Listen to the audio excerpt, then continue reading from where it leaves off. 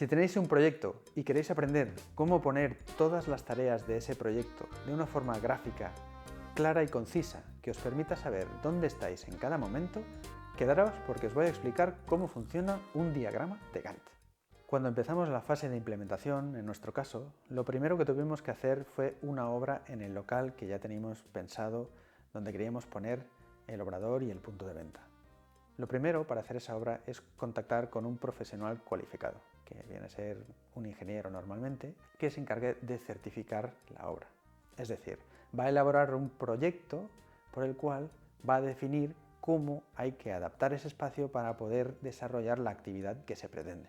Con ese proyecto, el profesional va a ir al ayuntamiento y el ayuntamiento le va a dar el permiso de apertura del negocio. Bueno, antes le va a dar el permiso de obra del negocio. Para realizar la obra, además de todo ese proceso, también hay que ponerse en contacto con una constructora. Es recomendable preguntar en 2 o 3 sitios y comparar qué es lo que ofrece cada uno por el precio que proponga. A la hora de elegir un presupuesto, es interesante que la constructora se lleve bien con el ingeniero, porque eso agiliza después los trámites a la hora de hacer la obra en sí. Siempre suelen salir problemas, cosas imprevistas, y tener al profesional disponible para que pueda aclararlo es muy importante. Además de eso, tenemos que amueblar nuestro negocio. Hay que comprar mesas, hay que comprar un horno para hacer las galletas y los pasteles, hay que comprar bandejas, hay que instalar un fregadero, un lavavajillas, unas neveras. Todo eso es fundamental para que el negocio salga adelante y es algo que también tenemos que hacer. Normalmente lo podemos hacer en paralelo a la obra. Podemos ir comprando cosas para que cuando la obra ya esté acabada nos las traigan y las podamos ir poniendo. Pero incluso el ponerlas es algo que hay que pensar, no es tan trivial. Es importante cómo dispongas cada una de las partes del obrador para trabajar de forma cómoda, lo cual al final radica en más eficiencia del proyecto y eso es necesario, sobre todo si piensas escalar y piensas que el proyecto crezca.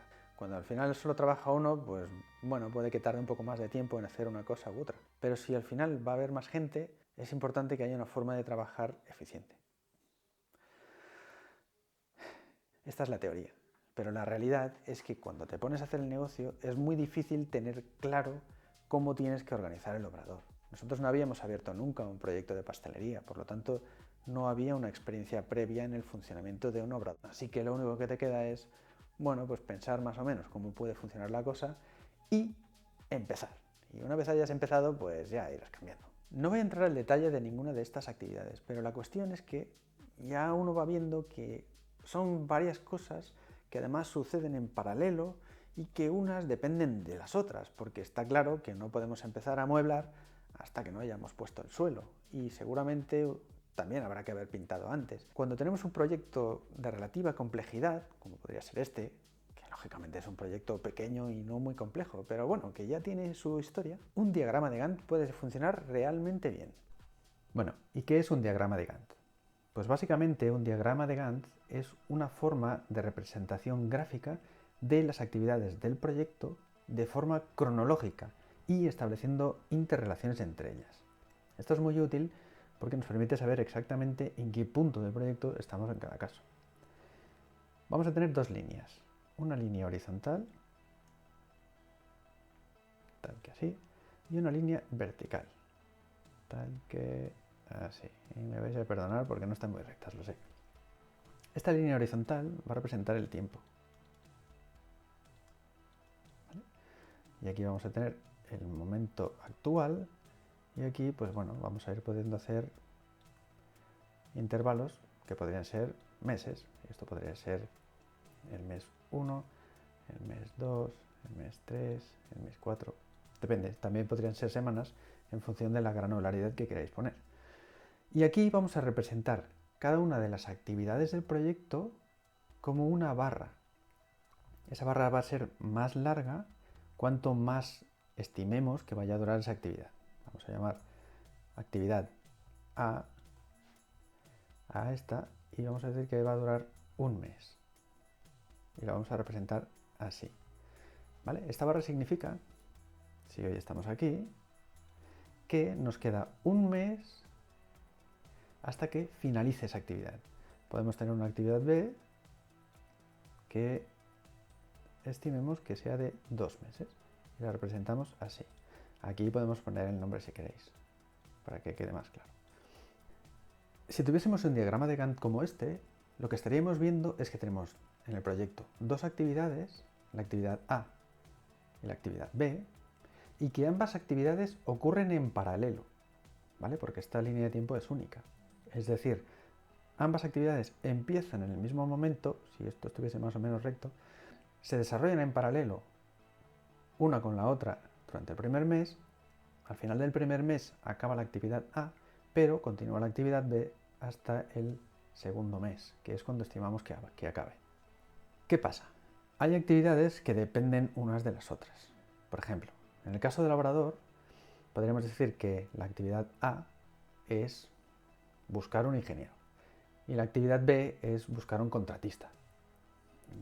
Esto a lo mejor serían más bien días o semanas, no lo sé, pero da igual. La cuestión es que una obra no puede empezar antes de tener el permiso de obras, ¿verdad? Vale, imaginemos que la actividad C es conseguir el permiso de obras. Imaginemos que nos va a tardar, pues eso, 2 meses, como el anterior.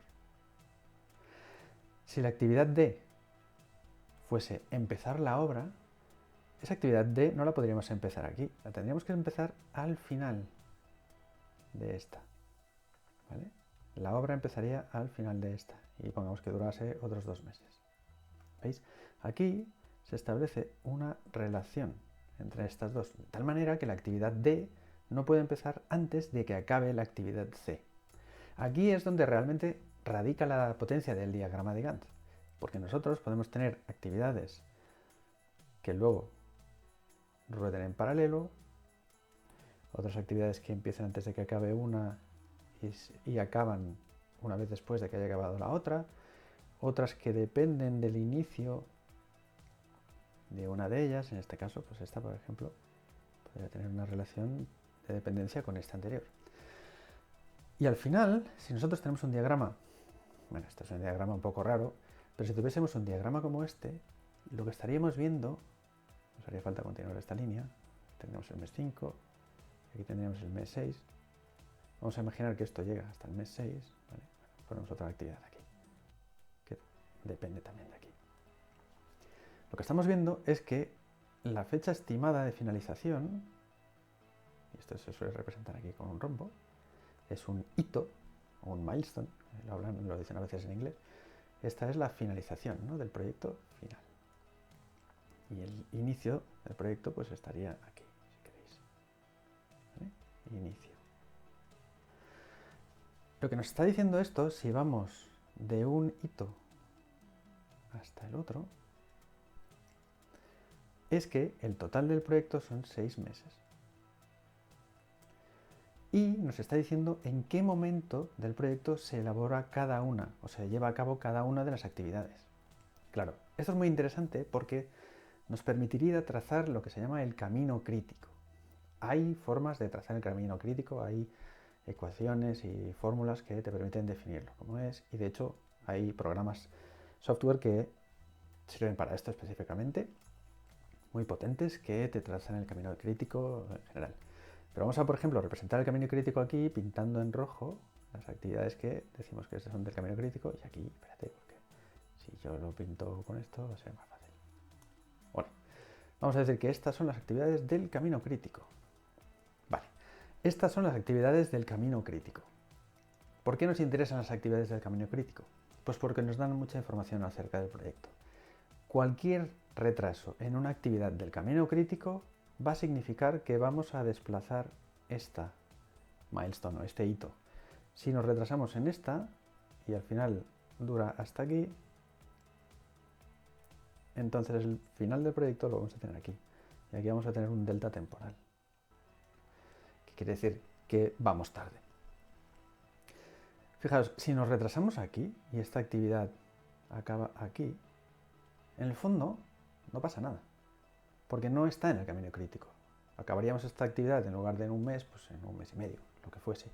Pero eso no impacta al final del proyecto porque es una actividad que se está realizando en paralelo con otras actividades que sí son del camino crítico.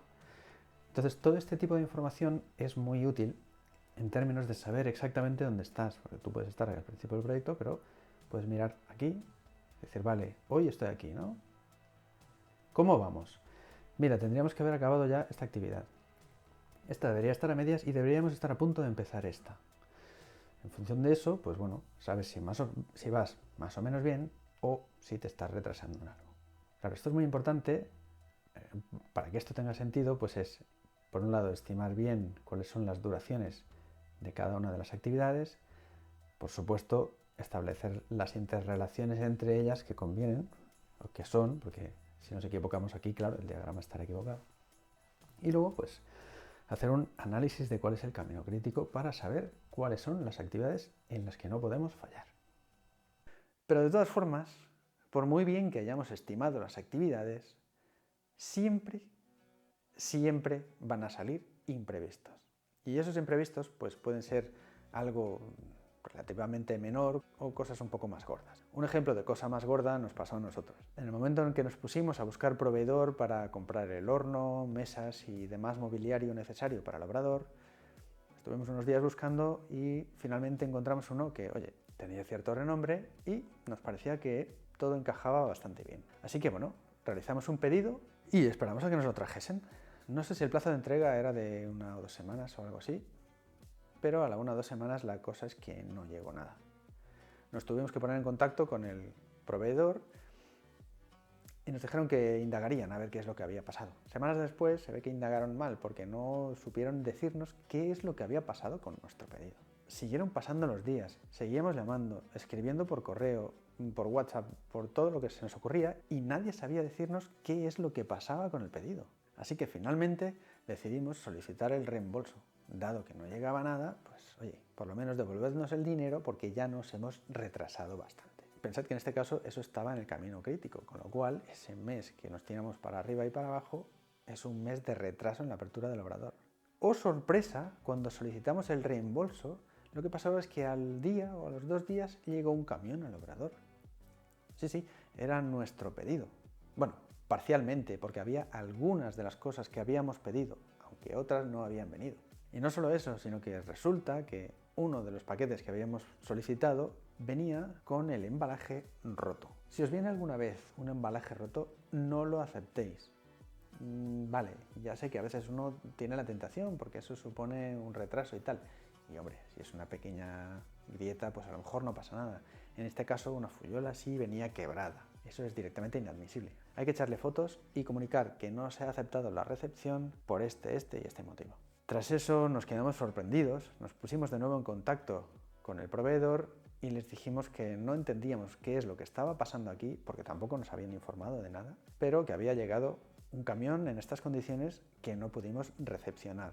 Pues al parecer tampoco sabían que había llegado el camión. Después de eso nos quedó clarísimo que queríamos el reembolso y no queríamos seguir en contacto con ese proveedor. ¿Sabéis qué pasó? Lo que pasó es que nos tiramos 2 meses más hasta que pudimos recuperar los 3.500 euros. Porque pese a ser ellos quienes no sabían qué puñetas estaba pasando con su propio envío, resulta que hasta que su propio envío no volviese a su establecimiento no nos iban a devolver el dinero. Y claro, 3.500 euros, cuando estás abriendo el negocio, pues hombre, se necesitan para otras cosas. Por suerte, nosotros teníamos cierto fondo de maniobra y pudimos comprar en otro proveedor de forma paralela. Pero es que si no, nos habría retrasado el proyecto, está en el camino crítico, 4 meses. Así que es cierto, por mucho que establezcas un plan, nunca te va a salir. Pero es fundamental establecerlo. Yo, al menos en mi experiencia, está clarísimo. Ya no solo por saber cómo vas de tiempo, sino porque realmente te ahorra energía, o sea, te permite poder relajar el pensamiento de ese tipo de cosas y ponerlo en otro lado que seguro que te hace falta. Ese otro lado, donde seguro que te hace falta, puede ser, por ejemplo, los trámites administrativos que tienes que realizar. Y os puedo asegurar que no es donde a mí me gustaría tener que pensar, pero es que es necesario, porque si no lo haces no puedes abrir el negocio. En España, cada país aquí es un mundo, pero en España abrir un negocio no es trivial. En primer lugar, porque hay 3 niveles administrativos. El primero es la Administración General del Estado, que es a nivel estatal. Después tenemos las comunidades autónomas y finalmente tenemos los municipios. Cada uno de ellos tiene unas competencias y cada uno de ellos establece sus propias normas. A nivel estatal, fundamentalmente lo que hay que hacer es dar de alta la empresa.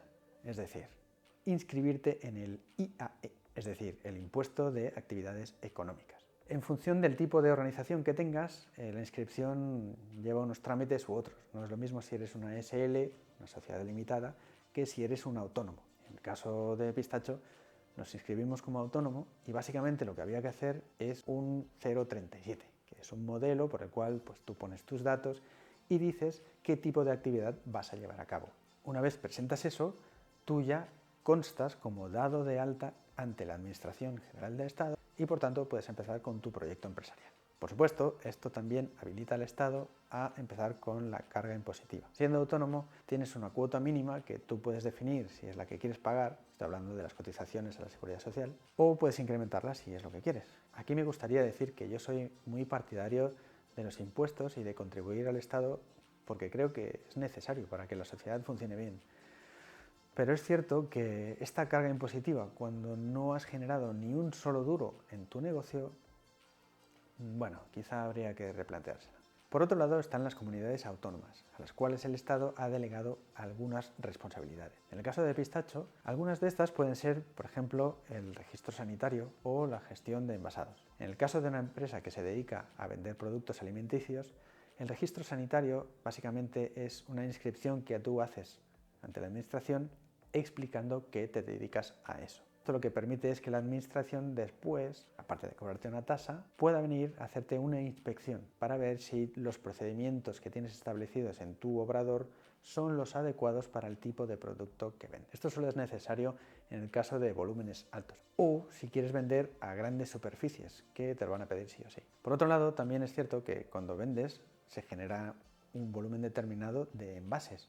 Y con las nuevas regulaciones en términos de protección del medio ambiente, una ley que ha empezado a aplicar desde hace poco es la de los envases comerciales. Si tú vendes tu producto al cliente final, esto no te aplica porque eso se considera envase doméstico. Pero si llevas envases porque vendes a clientes comerciales, es decir, a otros comercios, esos envases son susceptibles de una tasa. Tienes que llevar un registro del número total de envases que tienes y una vez al año presentarlos y te van a cobrar pues un X por ello. Finalmente tenemos el nivel de los municipios y a nivel municipal pues también hay una regulación que hay que cumplir.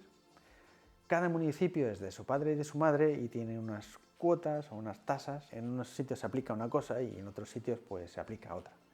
Pero seguramente lo que va a ser impepinable es que si vas a hacer una obra necesitarás un permiso de obras y si vas a abrir un comercio necesitarás un permiso de apertura. Antes os comentaba lo del ingeniero o el profesional certificado que tenía que validar el proyecto y todo esto. Bueno, pues eso se requiere para poder dar el permiso de apertura del negocio. De hecho, en algunos municipios pues os pueden cobrar también hasta por poner un rótulo. Bueno, pues hasta aquí este vídeo. Es cierto que todo ese periplo, desde que tienes el plan de negocio hasta que finalmente puedes abrir, pues bueno, se hace un poco pesado. Pero finalmente lo consigues y ahí es donde empieza el viaje de verdad.